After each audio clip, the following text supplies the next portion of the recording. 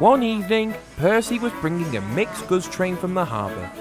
He had recently had a quarrel with Thomas and wanted to be friends again. He had had a good day and was feeling extra pleased with himself.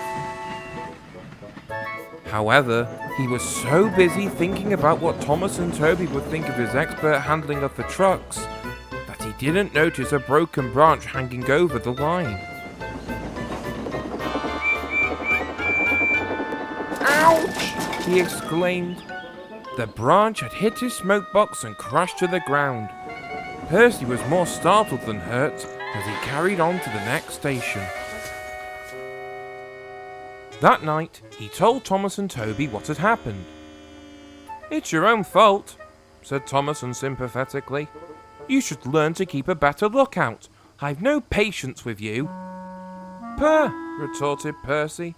He forgot about his good resolution and went straight to sleep. Percy didn't speak to Thomas the next day either. That night at the sheds, Percy spoke to Toby. "I say, Toby, what's a drip? Do you know?" "Well," Toby pondered, "it's when rain comes through a hole in your cab and fireman hasn't got time to mend it." "That sounds silly," huffed Percy. "I heard a girl on the platform call her friend one this afternoon. I'm sure she couldn't have come through a hole in my cab." Thomas was tired of being ignored. "That's different," he interrupted loftily. "The girl probably thought her friend was being silly or a spoilsport." Percy thought about this. "So, if you stopped me from doing something, would you be a drip, Thomas?" "You're the drip," wheezed Thomas crossly. "Now go to sleep and stop talking nonsense." Percy was offended and even more determined to pay Thomas out. "Silly Thomas," he puffed to himself. The next day, Thomas was racing along his branch line. Gordon was late at the junction, so Thomas had to make up for lost time. As he was nearing the next station, there was a loud bang!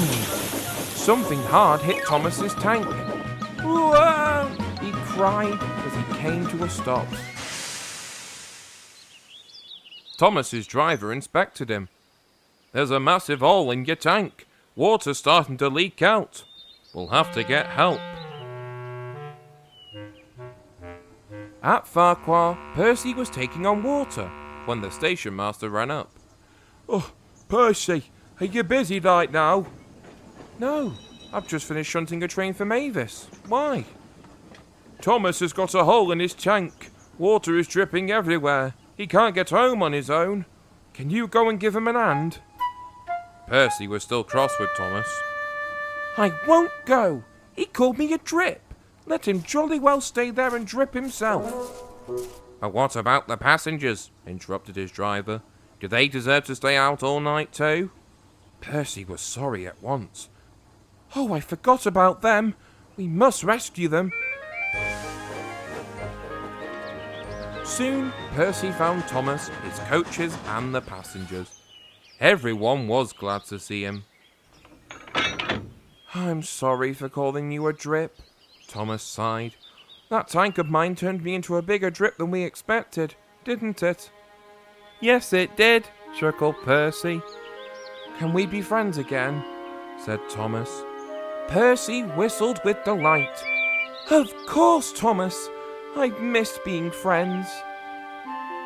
So together, the two pulled happily back home, friends once more.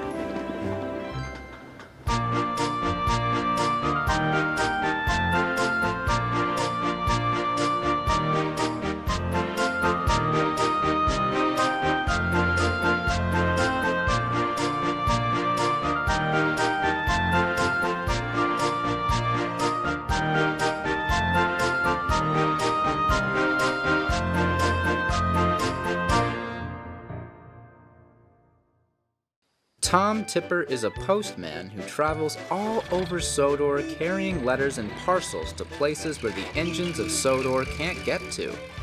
He is very reliable. and together, him and his van work hard into the night to make sure everything is delivered to time.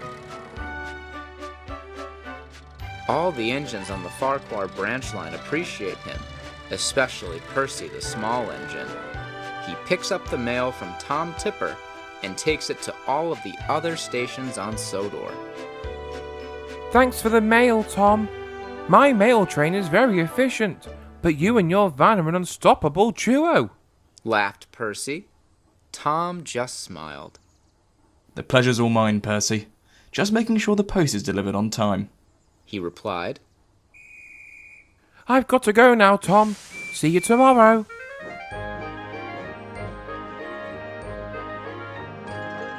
The next evening, Percy arrived at Farquhar with the mail train, waiting for Tom to arrive. He waited and waited, but Tom didn't arrive. Percy was puzzled.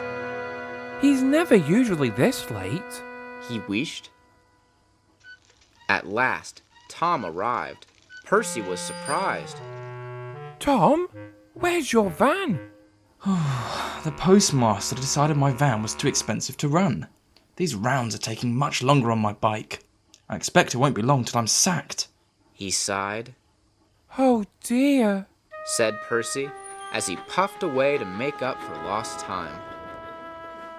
When Percy puffed into the sheds, most of the engines were still asleep, all except Thomas.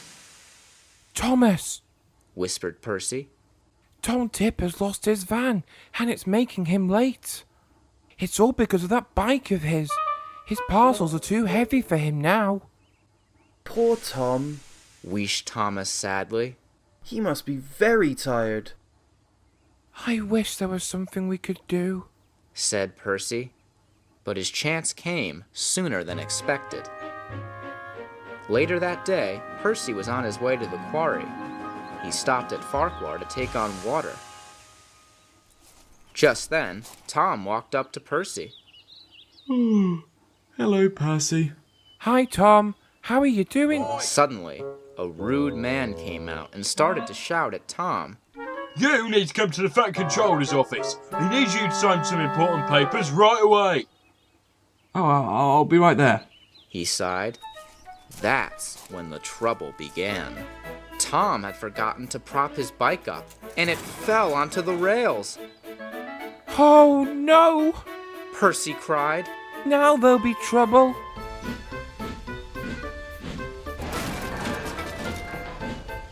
Percy's driver heard the crunch and came to a stop. Tom Tipper's bicycle was in pieces. I'm sorry, Tom, said Percy apologetically. It's not your fault, Percy. I forgot to prop my bike up. All I've got now are my legs. How will I deliver the post now? Tom Tipper soon found out. That night, Tom was happily waiting for Percy to arrive. Hello, Tom. Is that a smart new van I see? It is indeed. That accident did me a good turn, Percy. My chief's given me a new van. Now I can always be on time again.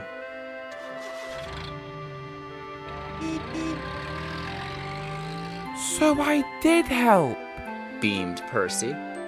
But by accident, you might say.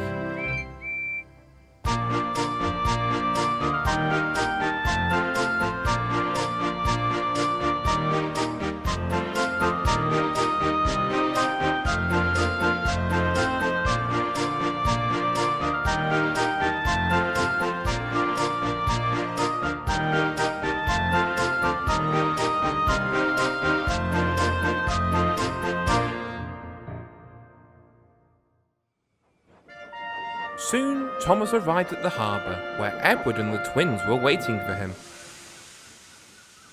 Oh dear, not another blue engine, said Bill cheekily. First Edward, then Fergus, and now... Don't forget Gordon, interrupted Ben. He came here once by mistake, so he said. I don't think he enjoyed it much. He added. The twins chuckled in agreement. No, but seriously, Edward, said Bill. Why doesn't Sir Topham have paint engines in a proper colour, like Us, for instance. Thomas angrily let off steam. Let me tell you, he began. All right, you two, chuckled Edward. Go move those tracks, or there won't be room for any more. Bill and Ben, unabashed, went off happily. You just don't have to take them too seriously, explained Edward. Thomas smiled ruefully. I wish I knew how you deal with them, he said. I've only been here for a few minutes and already I want to go back to the shed. Edward chuckled as Thomas puffed away to start work.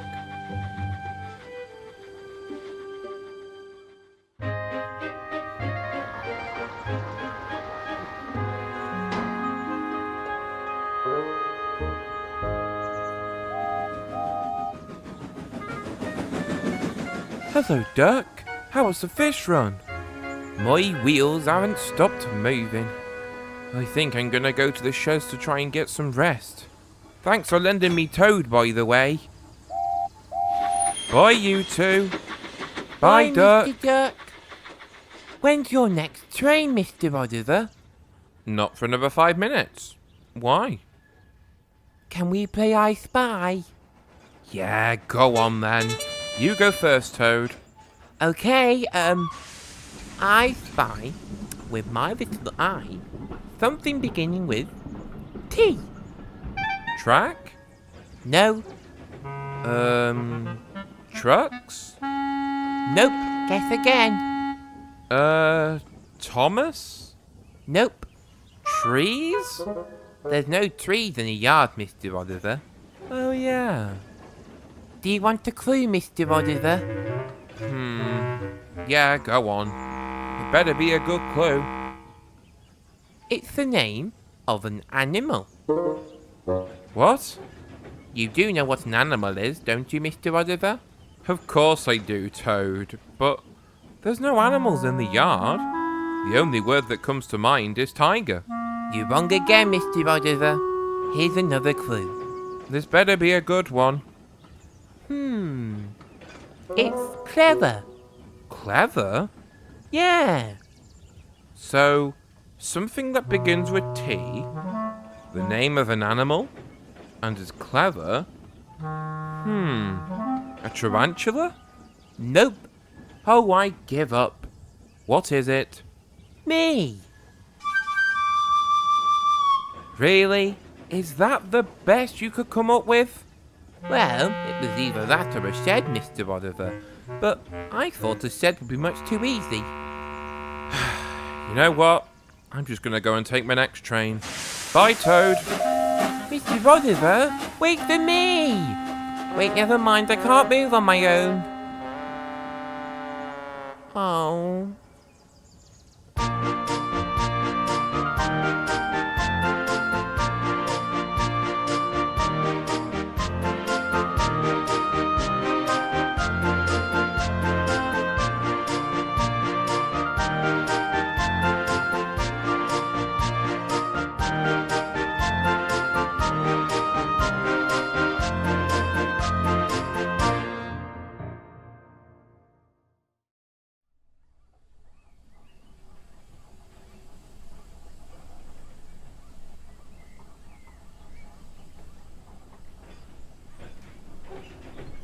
He said what? He called you old square wheels, my dear engine. That's not the worst of it, the red engine chimed in. I was called rusty red scrap iron. I told you these Westerners were not to be trusted. Firstly, they claim the speed record and masquerade without domes. Now spreading rumours. They're a stain on our image. It's not right nor respectful. There was a small pause between the big engines. Are you sure it was Duck? He's never seemed the sort, Henry said, breaking the quiet. If there's one thing trucks can't do is keep secrets. He said it, and we have the evidence to prove it, addressed Gordon, who then carried on. He's getting too comfortable here. And we, as the big engines of this railway, need to bring him down a peg or two and show him who's in charge. He called me rusty red scrap iron. I'm well before my prime. The red engine sighed. We've all been called names we don't like today, James. I just want to know why, Henry replied, going into thought. For his own reputation and fame. I said it earlier, and I'll say it again. He wants to be known as the Golden Trophy. The top dog, if you will. Then what are we going to do about it? He finds another shed. Gordon, that's a bit harsh now. No, Henry, it's not. He comes to our railway, calls us names, and expects to be let into our shed. It's not happening. What shed would he go to, then? Any shed as long as he can't judge my paint. There's an old shed at the other end of the yard. A fine place for engines like him. That'll show him, chanted James. If it will teach him a lesson, sighed Henry, who was still a bit unsure. So then, we're all in agreement? Said Gordon grandly. The engines looked at each other, having finalized their plan.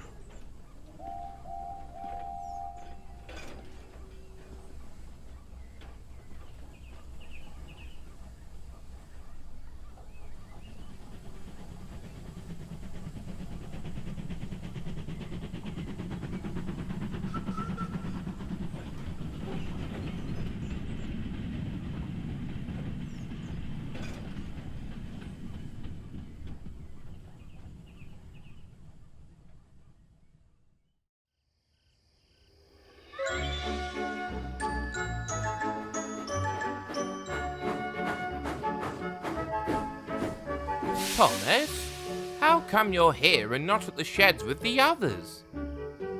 I don't like sleeping there anymore, Edward. All the bigger engines just tease me. I feel like I don't belong on the railway anymore. Oh, Thomas, you haven't even been on Sodor for that long. It just takes time for the engines to get to know you. I guess, but I don't want to be known as some little tank engine.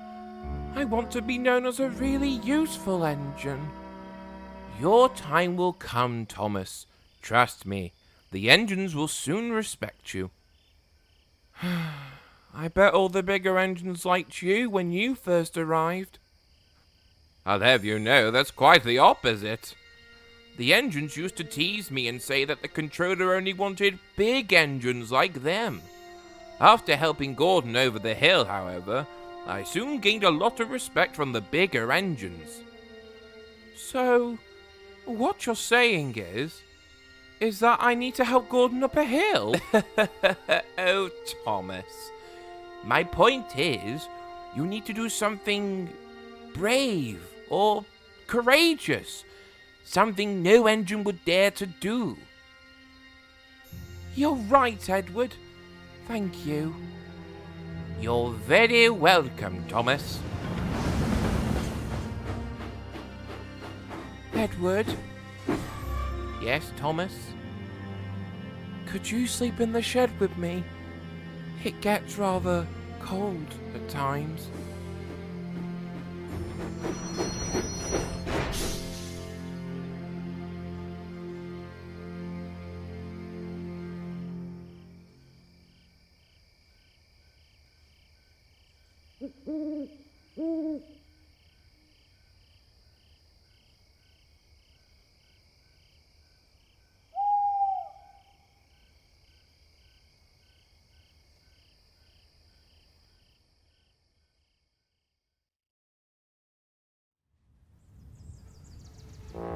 Later that day, James was sat taking on water. He had just finished pulling a goods train and had hated every single second of it. Thank goodness that's over. Now I can finally pull something that isn't dirty trucks. Just then, Emily stopped beside James. She was on her way to the flour mill. Hello, James, said Emily. Guess what? Sir Topham Hatt has given me the flour mill special. You're lucky, James huffed. I have to do the Blacklock run later. What's wrong with Blacklock? She asked. There are boulders all over the tracks, moaned James. They bash your buffers and scratch your paint. That doesn't sound too bad. You're just complaining over nothing, she puffed. And, continued James, there's the Blacklock Monster. Emily felt her boiler turn cold. What's the Blacklock Monster? She asked. Nobody knows, said James.